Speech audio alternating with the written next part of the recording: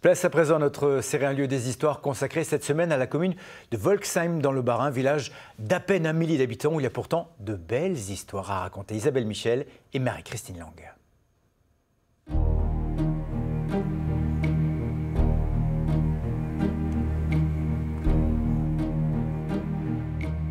Bonsoir, on vous emmène cette semaine à Volxheim, un village situé à l'ouest de Strasbourg, protégé et béni par la statue du Sacré-Cœur depuis 1912.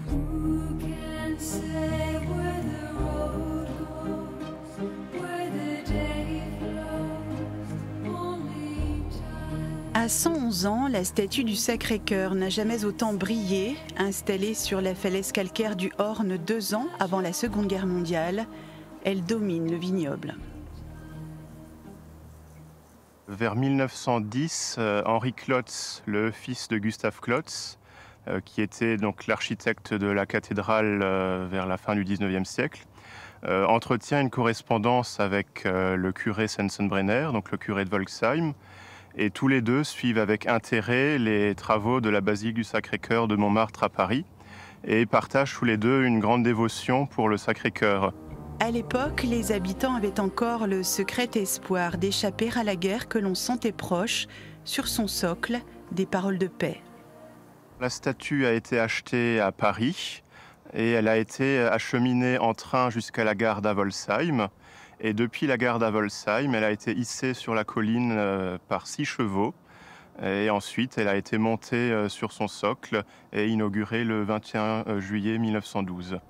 Et depuis, elle a plutôt bien résisté au temps et aux intempéries, même si évidemment elle a parfois eu besoin d'un petit lifting.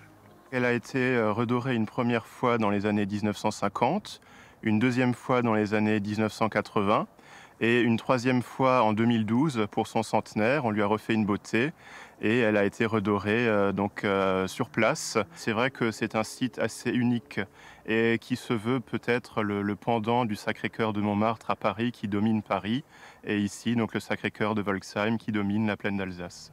La statue du Sacré-Cœur veille aussi sur la chapelle Saint-Denis et la tombe de Philippe Grasse, l'enfant du pays qui a souhaité être enterré ici en 1876, sculpteur en titre de la cathédrale de Strasbourg.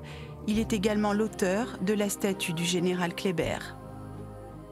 Dans le cadre de sa formation, il était parti à Paris, à l'école des Beaux-Arts, pour apprendre la sculpture. Et en revenant dans sa commune de cœur, je pense qu'il n'a jamais oublié, il a commencé à travailler le grès. Le grès est un matériau quand même assez friable, assez tendre, et on peut très bien voir la statue qui est à l'arrière, l'ange qu'il a sculpté pour sa tombe, notamment en 1837. Il n'avait donc que 36 ans lorsqu'il a façonné sa tombe, un ange en grès. Il avait déjà marqué son souhait d'être enterré à Volxheim et de rester dans cette région où il a pu grandir avec ses parents dans ses jeunes années. Philippe Grasse est décédé en 1876. Comme il l'avait souhaité, il a été enterré ici, 40 ans après avoir imaginé sa pierre tombale.